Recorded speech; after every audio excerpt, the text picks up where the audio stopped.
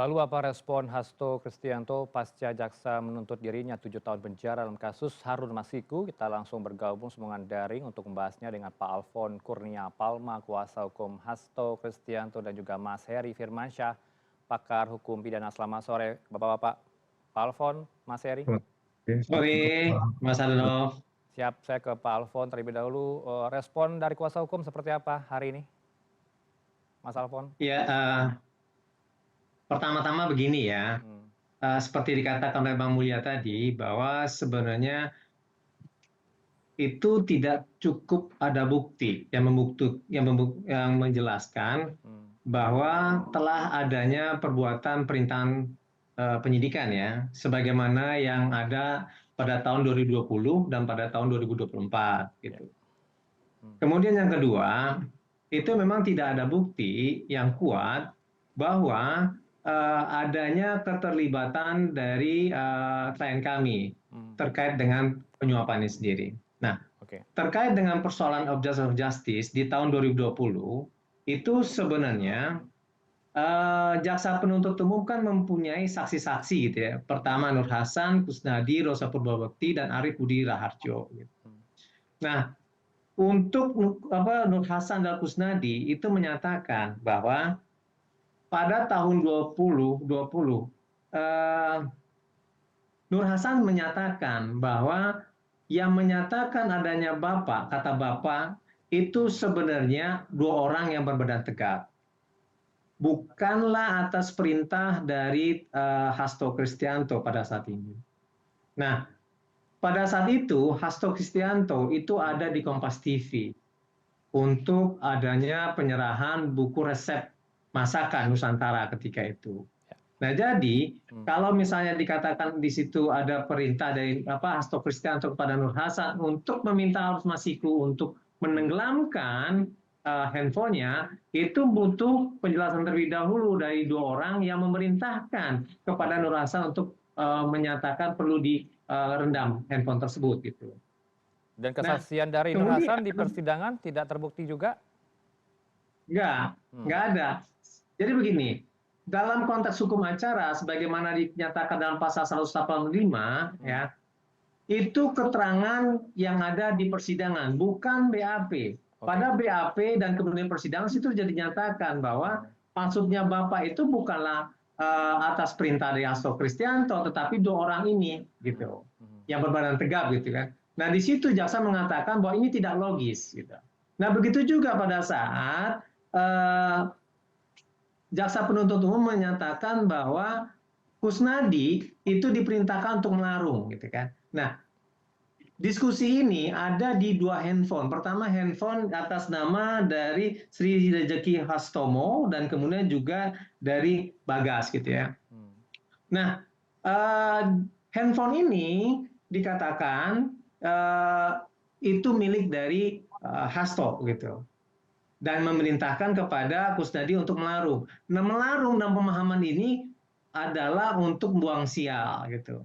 Nah, oleh sebab itu makanya jaksa mengatakan ini adalah suatu istilah baru dan unik katanya. Dan ini tidak logis. Di sini jaksa penuntut umum itu pengen merasionalisasi dari sesuatu yang sebenarnya tidak ada gitu. Nah, ini sebenarnya persoalan gitu kan. Nah, kalau misalnya kita mengacu kepada pasal 185 KUHP, sebenarnya keterangan saksi-saksi di persidangan yang harus dipegang gitu kan. Walaupun di sini ada keterangan dari Rosa Purbabekti, Arief Budi Raharjo yang ketika itu kita sanggah gitu ya, itu tidak bisa dikatakan menjadi suatu hal yang kuat karena waktu itu saya juga bertanya ketika pada saksi Arief Budi Raharjo gitu kan, kalau Anda mengatakan bahwa bukti ini adalah bukti suap sebagaimana yang ada di dalam kasus terdahulu gitu ya. Nah, pertanyaannya adalah apakah nomor handphone yang ada di sita tersebut ini ada pada saat yang ditelusuri pada saat si DR itu ya di dalam masing-masing tiang-tiang telepon tersebut gitu. Nah, kalau misalnya tidak ada, jadi di mana letak adanya relevansi satu bukti dan bukti yang lainnya gitu. Nah, jadi ini tidak ada relevansi dan satu bukti dengan bukti yang lain. Sehingga bukti-bukti dan keterangan-keterangan dari masing-masing apa yang ada di persidangan itu terbantahkan jadinya kalau misalnya adanya suatu perbuatan penghalang-halangan dari penyidikan itu sendiri gitu. Oke, Nah, oke. kemudian dua terkait dengan permasalahan penyuapan. Hmm, Nah, di sini sebenarnya terbukti dalam persidangan hmm, kata-kata penalangan itu sebenarnya kata-kata dari dua orang yang bernama Saiful Bahri dan kemudian juga dari Donitis Istiqomah hmm. terkait dengan bagaimana Harun Masiku ini bisa ikut memberikan dana operasional gitu. Karena dengan adanya kata-kata sekjen gitu kan. Nah, ini membuat Harun Masiku termotivasi untuk memberikan uang kepada mereka berdua di mana di sini tidak ada dana operasionalnya. Dan ketika diketahui oleh Hasto Kristianto di sini ada permainan uang, itu dimarahi gitu. Oke. Nah, karena di sini di PDIP sendiri itu ada namanya ISO gitu kan untuk memastikan tidak adanya suatu tindak pidana korupsi atau penyelenggaraan kepartaian yang baik dan benar. Itu Itu dana kira-kira dana secara operasinya sederhana. 600 juta rupiah kah, benar? Yang diberikan dalam rentang Jadi waktu 2019 hingga 2020. Dana yang Anda maksud apa nih, Mas? jadi 600 juta ya? Jadi begini, Harun Masiku ketika itu menyerahkan uang kepada Kusnadi dan meminta untuk diserahkan pada Doni Istiqomah ketika itu ini dalam persidangan gitu ya. Oke.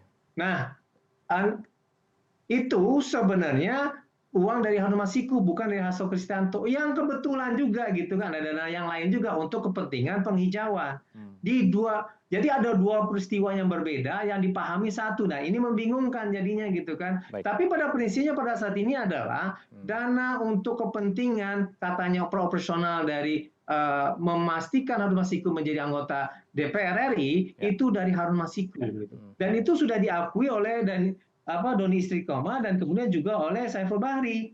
Nah, oleh sebab itu makanya berdasarkan pasal 185 itu harus mengacu pada keterangan saksi yang ada di persidangan atau fakta-fakta persidangan, bukan berdasarkan logika-logika. Dan kemudian dikatakan bahwa di situ ada keterlibatan dari Hasto Kristianto terkait dengan kata-kata oke sip gitu. Padahal kami sudah menggali ya dengan ahli bahasa ketika itu. Apakah kata-kata oke sip itu merupakan suatu pernyataan atau tidak? Kalau misal pernyataan dalam hukum perdata itu ada dua kemungkinan, persetujuan atau juga penolakan, kebenaran atau tidak, kan begitu jadinya kan. Nah, ketika itu saya mencoba untuk mengatakan ada ketika rekan-rekan Patra MZ menyatakan bahwa ini adalah penelitian dan kemudian dia agak tidak nyaman dan dia mengatakan oke saya berikan jempol gitu kan. Nah, ketika itu saya tanyakan apakah isyarat dengan jempol itu mengatakan persetujuan atau tidak? Karena Anda mengatakannya itu pada saat tidak dengan nyaman gitu. Itu apakah tidak? Jadi kata-kata oke sip itu bukanlah suatu bentuk persetujuan atau dalam klasifikasi delik itu bukanlah klasifikasi kesenjangan dengan maksud, kesenjangan karena kepastian, dan kesenjangan karena kemungkinan. Itu kira-kira. Saya ke Mas Heri. Mas Heri melihat tuntutan dari jaksa hari ini apakah sudah sesuai dan tadi dikatakan tidak ada bukti yang cukup kuat dalam obstruction of justice wilayah sana, obstruction of justice dan juga kasus suap yang menjerat Hasto, Mas Heri. Ya, saya berusaha untuk tidak masuk ke sisi antara penasihat hukum atau jaksa penuntut umum ya, Mas. Tapi kita akan melihatnya bahwa dalam konteks ini kan sebenarnya bermula dari pergantian antar waktu tadi ya, PAW itu.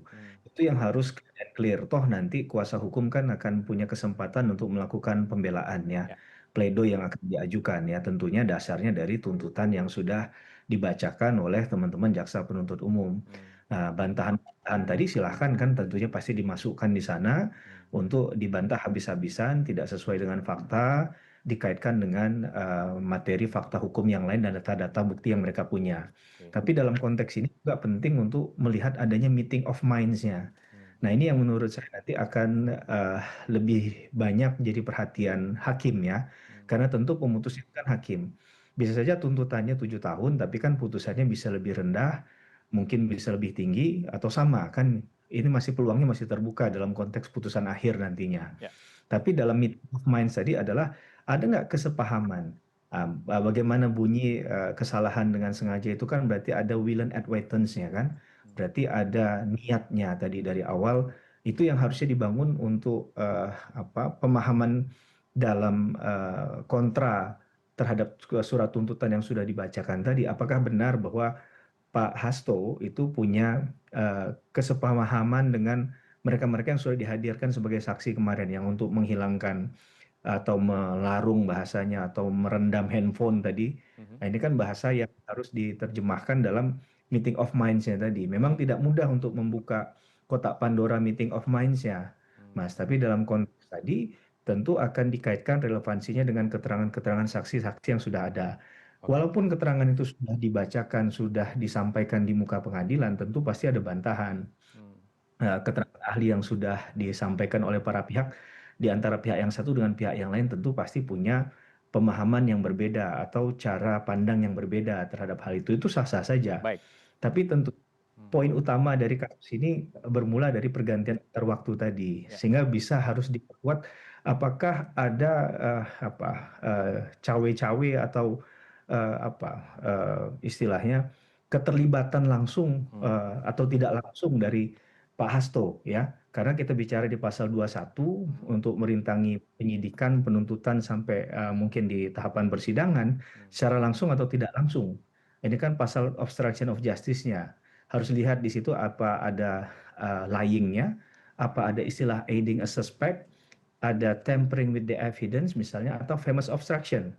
Nah, itu kan turunan dari obstruction of justice yang harus ada, sehingga kita bisa mengatakan ini obstruction of justice. Oke. Nah, dalam pasal penyuapan di pasal 5 dan 13, itu kan sejatinya kembali ke pasal 209 KUHP kan? Berarti kan ada dua orang di sana, ada dua pihak, lebih dari satu pihak. Ada penyuap dan ada yang disuap misalnya. Ya. Nah, ini yang kemudian harus dijelaskan, karena nilai angkanya memang menarik, Mas, bahwa hanya angkanya cuma 600 juta begitu kan? Apakah seorang sekjen dari salah satu partai besar yang berkuasa di Republik ini Ya. perlu turun tangan sampai ke angka 600 juta tadi? Nah, tapi kalau kita melihat dalam banyak kasus, memang untuk membuka kotak Pandora kasus yang besar itu kadang tidak mulai dari nilai yang fantastis, tapi kadang dari nilai-nilai kecil begitu ya, yang kemudian ternyata ujungnya itu berkaitan dengan satu perkara besar. Nah, yang kita inginkan sebenarnya perkara ini kan menjelaskan juga tentang mengapa harus ada prosedur Baik. intinya Pak Harun Masiku ini harus menjadi pihak yang menggantikan pihak yang sebelumnya sebenarnya harusnya punya chance, punya kesempatan untuk menggantikan orang yang sudah meninggal dunia, persis suaranya terbanyak nomor 2 di bawah orang yang sudah meninggal dunia itu. Oke. Ya, mengapa harus diperjuangkan sampai misalnya ke fatwa Mahkamah Agung dan lain sebagainya. Baik. Nah, ini menurut saya lebih menarik untuk kita kaji ya dari sisi pembuktian ya. Kemudian juga ada putusan Mahkamah Konstitusi yang mengatur tentang PAW misalnya pergantian antar waktu gitu kan. Itu kan 2 kali diuji di Mahkamah Konstitusi dan ditolak semua karena dianggap partai politik misalnya punya otoritas, itu juga bentuk dari perlindungan terhadap marwahnya partai politik. Nah, dalam kasus ini mungkin bisa dibuka juga untuk PAW-PAW yang dilakukan oleh partai politik di luar dari PDIP misalnya, apakah juga melakukan hal yang serupa gitu kan? Apakah ada yang sampai sedahsyat inilah dalam tanda petik ya upayanya seperti itu. Kalau ada itu tentunya jadi amunisi juga kan untuk membantah nanti di bagian lain dari surat tuntutan jaksa tadi. Oke. Tapi tentunya di surat tuntutan jaksa mereka pasti tetap berkeyakinan yang sama. Dari awal dakwaan ya langgamnya tetap sama sampai di surat tuntutan bahwa bersalah. Masalah 7 tahun, 5 tahun memang nggak ada angka yang logis, Mas, untuk menjelaskan pemidanaan tadi itu yang tepat berapa tahun begitu ya. Nah, ini yang mungkin ada nilai rasa keadilan di sana melihat dari keterlibatan akibat yang ditimbulkan dari perbuatan yang diduga dilakukan oleh Pak Hasto kali ini. Oke, Begitu Mas kira-kira. Heri, ini kan juga Pak Hasto juga yakin kasus suap PAW ini merupakan hasil daur ulang perkara. Apakah ini memang kasus daur ulang perkara dari kacamata Anda? Saya tidak terlalu yakin memahami makna dari daur ulang tadi ya, tapi mungkin dianggap ini sesuatu yang mungkin diada-adakan menurut versinya Pak Hasto begitu ya, kriminalisasi, politisasi dan lain sebagainya.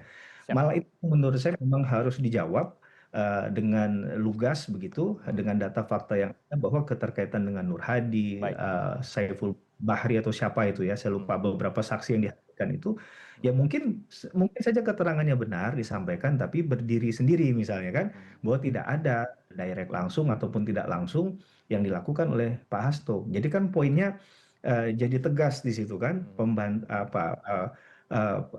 kontra yang terhadap yang disampaikan oleh pihak Pak Hasto memang menegaskan itu hanya mungkin hayalan, mungkin hanya penyampaian secara pribadi oleh yang bersangkutan, tapi tidak ada hal itu kemudian adalah dari directnya, arahannya dari Pak Hasto Baik, sendiri begitu. Itu oke. dibuktikan lewat mekanisme yang tentunya sudah dilakukan teman-teman kuasa hukum tadi. Kira-kira Baik, begitu, baik, Mas. baik. Terakhir untuk Mas Alphonse sekaligus closing statement, respon Anda juga. Tadi ada juga hal-hal yang memberatkan dan juga yang meringankan Pak Hasto. Ini sepakat dengan jaksa dengan dua hal itu, Mas Alphonse? Ya, jadi begini ya, Ya, itu singkat saja. sebenarnya suatu hal yang aneh. Ya, Sebab gini, yang memberatkan itu adalah tidak mengaku. Jadi intinya apakah disuruh mengaku dalam persidangan? Kan enggak juga. baik. Di situ kan seorang terdakwa itu kan punya hak self incrimination gitu kan.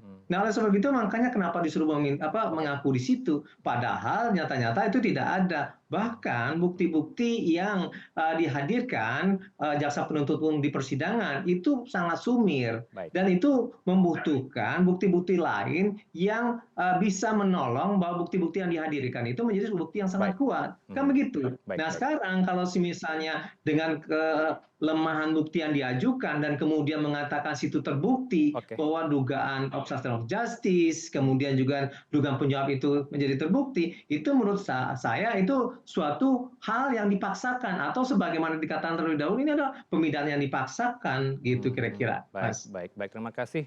Pemidanaan yang terlalu dipaksakan begitu ya Mas Alphonse ya untuk pembelaan diri dari Iya. Hasto Kristianto. Terima kasih untuk waktu berdua. Sayang sekali waktu kita sedikit karena menjelang azan maghrib. Mas Alphonse Kurnia Palma, kuasa hukum Hasto Kristianto dan juga Mas Heri Firmansyah, kuasa pakar hukum pidana. Selamat sore. Assalamualaikum. Sore, Assalamualaikum warahmatullahi wabarakatuh. Yuk. Pamit.